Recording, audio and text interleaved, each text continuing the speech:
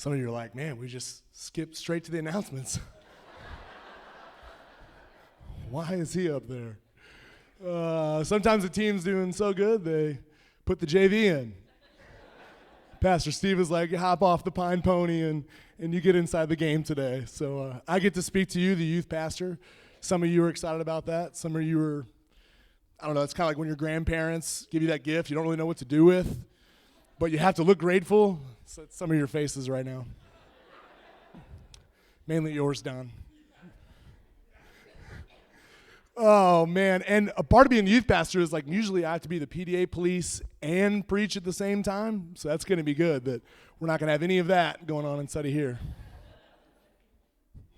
None of it. Happy New Year's, as we just saw, right? Who's going back to the gym? Who's going to start going back to the gym in January? Yes, Steve. Steve's down to go back to the gym. Some of us are like, I don't want to raise my hand because he's going to call me out. No, I plan on trying to do the same thing. It's good to start the New Year's off with that, but this is the time of year where we start to look at goals and we start to look at things that we want to do differently, right? It's just kind of that natural time and flow of year where we can look at calendars and schedules and diets and gym routines. And for some of us, we're kind of over that. Like we've it's January. I'm not going to do that again because I always know how that ends. Some of us are looking forward to that, right? Looking forward to try to find some new things that we want to do. The problem is that goals, it really comes down to choices. It's not really about goals, is it? We want to set goals, but we know it's going to take a lot of choices to make that happen. But it's not even really choices a lot of times. What filters our choices is our values. And a lot of times this is why all of a sudden we end up in February and we're like, what in the world is happening? I had a goal, I made some choices, but the problem is our values didn't change. Right? We wanted to get excited about the year. We wanted to do things differently. We were telling ourselves today that it's not going to be like February last year where I started going and then I stopped. We're telling ourselves it's going to be different. But the problem is you can set all the goals you want. We can have all the choices lined up. But if our values don't change, at the end of the day, it won't look any different. If you look at the life of Jesus, you watch and see the way that he lived. He lived life according to a set of values. He teaches them to us, and he says, love God and love people above everything else. If you do these two things, you'll fulfill all the law and all the prophets if you take these two commands and do them. And not only did he tell us to do it, he lived that out, right? We see through the life of Jesus that not a lot of things influence Jesus' decisions outside of those two things. Jesus doesn't make decisions based on emotion. Jesus doesn't make decisions based on the way other people are going to interpret it. Jesus doesn't make decisions based on traditions, right? And he's kind of wreaking havoc against that system the entire time of tradition and of religion. And as he begins to do this, right, it doesn't end well for him. People don't like it. People generally don't like it when you live your life by a set of values. It's always talking to youth, like that's something that's very common for us, right, is for you guys, not us. But for youth, it's the peer pressure, right? It's all the different kind of things. And we like to think that we're adults and we don't deal with that kind of stuff anymore, but we do, right? We say we want to set out to do something different this year, but we end up falling to different things, right? Maybe our family didn't get on board with what we wanted to do. Maybe we weren't really clear about what it was going to look like. Jesus had a lot of clarity around his values. He knew exactly what they were, and he defaulted to those time and time again. He didn't let these other factors rule his life. He didn't let these other outside influences dictate the way that he was going to live. All of his decisions were filtered through these two values, to love God and to love people. So if we're going to have clarity around this year, if 2023 is going to look different than any other year before, we have to start with values, and we have to have clarity around what they look like. A lot of people, I'm not going to do this just because, you know, the teacher, like, they're like, hey, what do you guys think about this? Like, what do you think the answer to that is? And everyone says what the answer is, and you're like, nope, that's not the answer. I'm not going to do that. But a lot of times if I were to say, I've done this with people before, I say, hey, what are your values? A lot of people say family, relationships, friends, health, finances, my career. That's a lot of times what we say our values are, but if you actually open up your bank account, or open up your calendar, or open up anybody. I think right around this time generally is when like the Apple report comes out on your phone of how you spent your time on your device that week. When you get that report, does it align with the things that you say that you value? A lot of us say we value certain things, but when we don't have clarity around them, it ends up looking like something much different than what we thought. We say we value these things, but where's the execution? Where is it actually happening? So maybe just for a moment today, we could dive into that and get some clarity around our values and clarity around what 2023 could look like. Sound good? I'm going to pray really quick. Father, we thank you so much for this time. We thank you so much for this new year that we're starting out. I pray that you would give us some practical handles and some wisdom to be able to help us walk into this new year a little bit different than all the years before. We thank you for this in Jesus' name. And everybody said, what is your go-to cold medicine? Everyone's like, what? NyQuil. That used to be mine. You want to know why it's not anymore?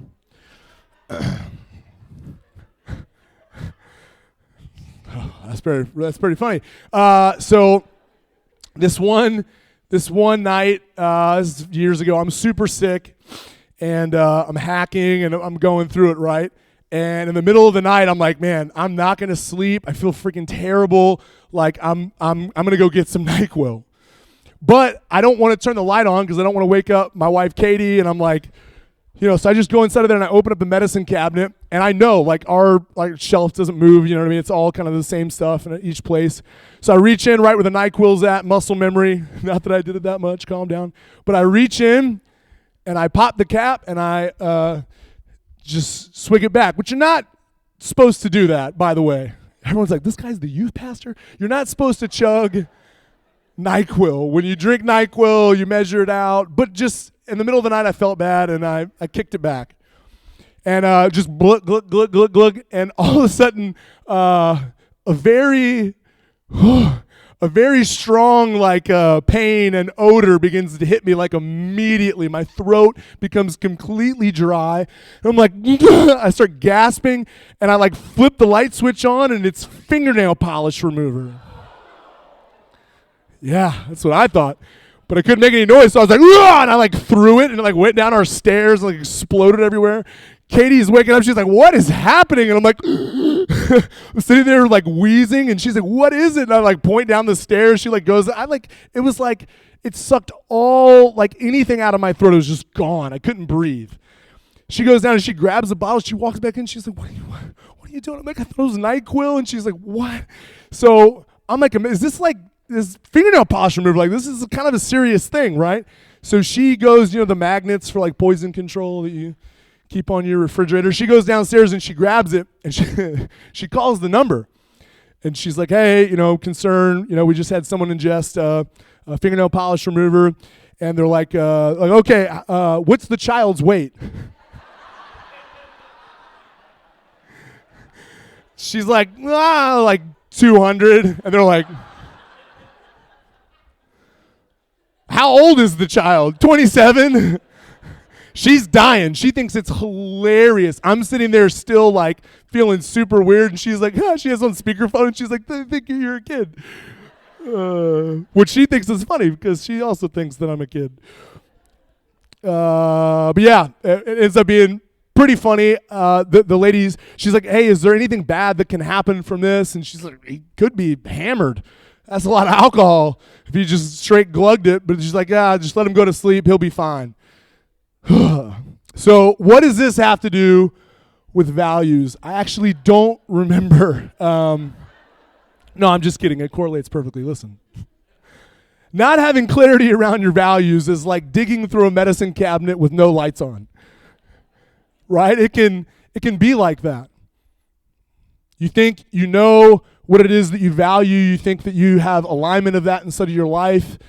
But for a lot of us, our values are kind of unclear and they're kind of shaky. And the decisions and the choices that we make through that are maybe even worse. We end up not being able to see very well what we're supposed to be reaching for and grabbing for. And it can end up with you on the phone with poison control in the middle of the night. It's important to have that kind of a clarity around what you value and about what you're trying to accomplish inside of your life. Like we talked about before, Jesus has this immense clarity, and because of that, he ends up living a life that's so above the average and the ordinary because it was so clear to him what he came to do, the purpose for it, and his values that were going to keep him and hold him to that. We do this thing. We've done it with our family. We've done it with individuals where we have people pick. They go through some things and they pick like 3 core values. You hear about companies doing this, or you hear about organizations doing this, but when you personally, you want to get clarity around what you value, what you believe, you begin to pick 3 core values and say, through this, I want to filter my life. I want to pick these things and I want to have so much clarity around it. I want to have so much understanding around it. I want to get, I'm going to embarrass her. Kellen, we're Goodmans. I didn't know she was going to be in here, but I saw her walking in here. We have values as a family. So I say, we're Goodmans, and she repeats back to me, we keep sweet, we serve others, and we make Christ known.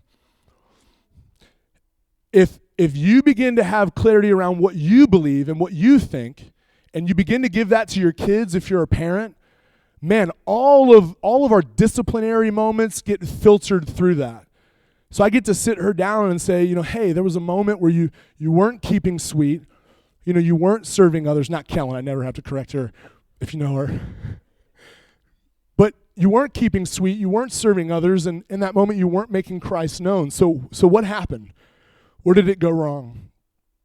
And for us as a family, it's been absolutely amazing. But even more so for me as an individual, it's helped me so much be able to live the life that I say I want to live.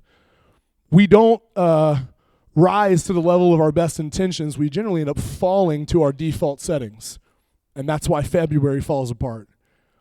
So some practical ways, you don't have to take notes, but if you want to look at your phone, to be able to grab some of this so that you can sit down later. You have homework. Is that weird on New Year's? To be able to sit down and make some of these core values. You might just make them for yourself. You might sit down with a spouse and say, hey, let's make this as a family. But there's a roadmap, a good way to be able to do that. There is a book. It's Man's Search for Meaning, and it's about, I didn't have any of that rubbing alcohol, but my throat is dry. There's this story that this guy tells. He was an Auschwitz survivor. And the person, I went to some leadership courses and read some books. This is where a lot of this comes from. And this guy was telling us this story, and he was talking about picking values, and he was kind of using this book to help filter some of what he was trying to explain to us. He talked about how this guy in Auschwitz, how when he was there, he noticed that, everyone just lost who they were. They had no idea who they were anymore. They were completely confused. And it wasn't just the fact that they were starving. It wasn't just the fact that they were being degraded. But all the things that they valued and all the things that they would have put their worth and their identity in were stripped from them. So if you were an amazing musician, not anymore. If you were a banker or a lawyer, not now. If you were a mom or a dad, not anymore. And a lot of times when we end up picking values, we end up making them kind of these external things, right? We end up making them, one of my values is being a dad, let's say. Well, the problem with that is that I begin to attach my identity to my kids. And if who I am and what I value is based on me being a dad, well, what happens when my kids don't act in a way that makes me look good as a dad? You ever been to that T-ball game? You guys know what I'm talking about. And that dad's like, get it, Tommy! He's yelling at him. That's because he's somehow wrapped his identity up in his kid's performance. Maybe living vicariously, but somehow that's how he sees himself, is through the lens of his kid. And he's put so much value into that now it's beginning to distort what he really thinks. When you pick values, you want to make them something that are controllables by you, not controllable by somebody else. And kind of the whole premise of what this guy was saying through this book is, if you pick values, you should be able to live them out in Auschwitz. If you pick values in these external things, those things are going to fall apart. Those things are going to fade. You want to pick ones that are not situation dependent. They're not circumstance dependent. They are 100% something that you are in control of. I am in control if I stay sweet. Keep sweet. That was my grandfather, my mom's dad. He was an amazing man, sweetest man in the world. And that was his phrase, keep sweet. He knew life was brutal, life's hard, right? Life wants to make you cynical and bitter, and his whole thing was keep sweet. Don't become that way. That's dependent upon me. I can do that, believe it or not. I probably couldn't. I'd struggle with it really hard. I struggle with it really hard in my normal life, let alone if I was in Auschwitz. But that's controlled by me. It's not controlled by somebody else. Jesus, with loving God and loving people, that's not controlled by anyone else. That's on him to live those values out. So you want to pick things that are not based upon other people or on your job, because what happens if your job falls apart? I did a sport for forever. I feel like my identity was 100% wrapped up inside of that. I didn't know who I was outside of that. And when I retired and stopped doing it, the years after that, and even still now sometimes, it's very hard for me to not see myself through that lens. I put so much value in that. And I put so much of my identity in that when I lost that for a season, I didn't know who I was. And sometimes I still revert back to some of those same patterns. And in those moments, I tell myself, okay, bro, you got to get back to your values. You got to stop living life through these emotions, and you got to stop living your life through these external things that are not going to be able to help you land where you want to land. A lot of times when people pick values, they also base them around insecurities. You don't have to pick things that you currently value. It doesn't have to be something that you're already really good at. Serving others, like I'm not I'm not good at that sometimes, right? Sometimes I'm selfish, and but that's something that I'm striving for. That's something that I'm going to value and I'm going to take on and try to do. But you don't have to pick something that you're great at. You can look at other people's lives. You can look at the things that you've learned. You can spend some time reading. You can spend some time praying. You can spend some time figuring out what is it at the end of the day that I want people to say about me when I leave this earth. But if you pick a lot of those things through insecurities, I've done that before. I've picked what I valued through different things that have happened in my life and that have made me insecure in different areas, as a father, as a pastor, and all those things into becoming really shaky, and I'm actually living life through an insecurity versus through something that's steady and stronger than me, something that's dependable. So when you pick values, do it through these two things. Can you live it out in Auschwitz? Is it not situation dependent? Does it not depend on anybody else? Can you control the controllables, and is it yours to own? And then on top of it, can you, is it somehow tied back to an insecurity? Write about those values. Get clarity around what that means. When I say keep sweet to me, or serve others, or serve Christ, or make him known, what does that actually mean? I have a whole paragraph about what that looks like. And then I have affirmations about what that looks like. Most athletes, do like a self-talk, some kind of ritual, right? Where they, on game day, they're telling themselves how it's going to go, right? They're not leaving it to default, leaving it to chance. They're beginning to tell, this is what it's going to look like. This is how I'm going to do it. You can do that same thing with your life. If them performing on a field is that important, how important is it for us to perform in our lives? How much do our kids depend on that? How much do the people that surround ourselves, that we have influence in, that we have leadership over, how important is that for them to see us live those things out? And what happens when we do? I end up talking about my grandfather, who lived out his values and loved people recklessly. And those are the things that people talked about. My mom, his birthday is actually New Year's Eve, and my mom posted on Instagram this picture of him, and she said, keep sweet, and all these people were just commenting and talking about my grandfather. It was really neat. People need us to live our life based on a set of values, and they need us to have clarity around what they look like. Make sure I say what I want to say.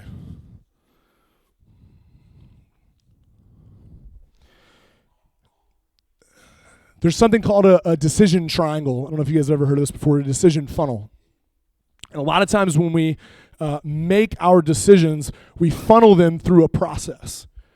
For most of us, the first thing that gets decided, how we're going to make a decision, is based on tyranny of the urgent or a pay the rent mindset.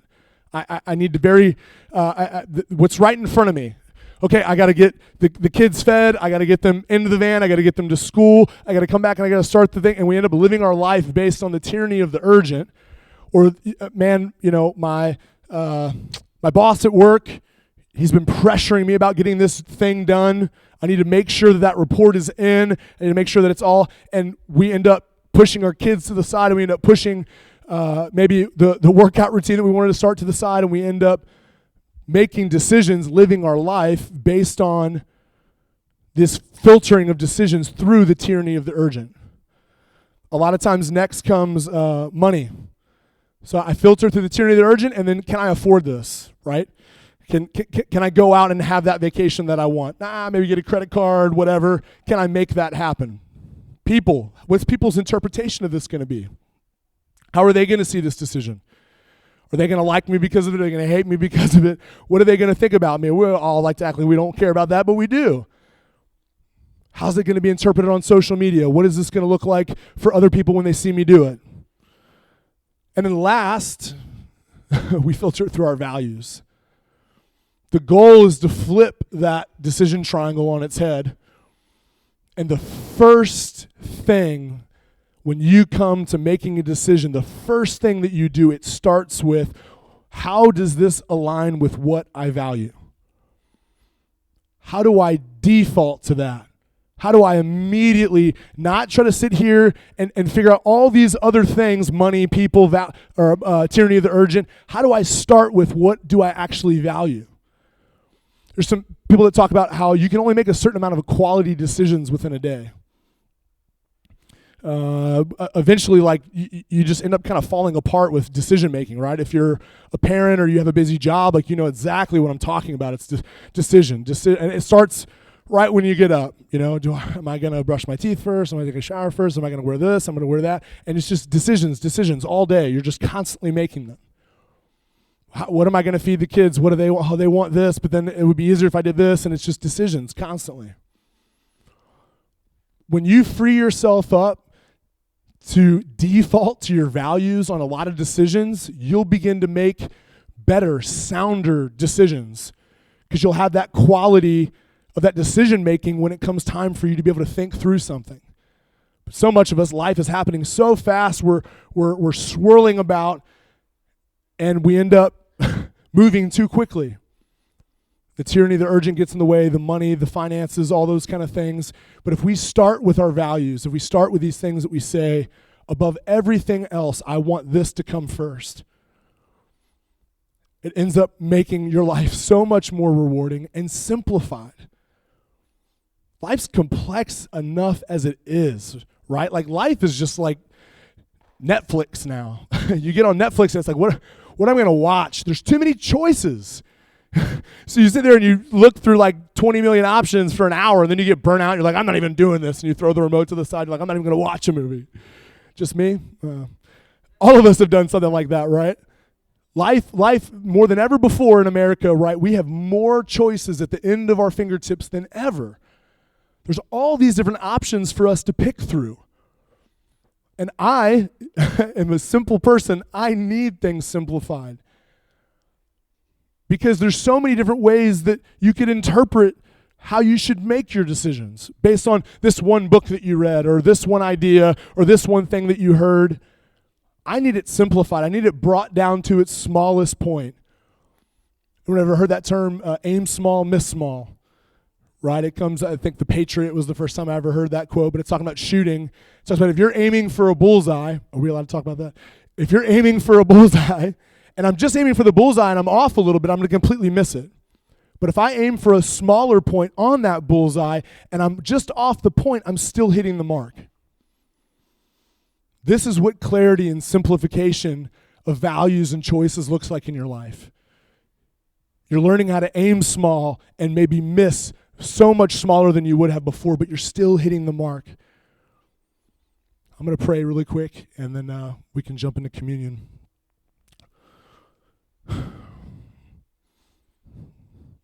Father, for a lot of us in the room, starting another new year, we feel defeated right at the get-go. We're tired of trying to come with that motivation, but we know what it'll ultimately lead to. We know we'll get right back in the same slumps, back into the same addictions, back into the same problems that we've always been in. And we want to get ramped up about what this year could look like. We want to have hope for a year to look different, but we already start out feeling defeated. God, I pray that this year you could give us clarity. Jesus was so amazing at simplifying things for us. So many commands, so many things that they were told that they should value at the time, and Jesus makes it all simple and says, just do these two things. I pray that you would help us have that kind of clarity this year, that you would help us walk into a year with hope and understanding and a clear mind to get after what we say we want to be about. I thank you for this. In Jesus' name, amen.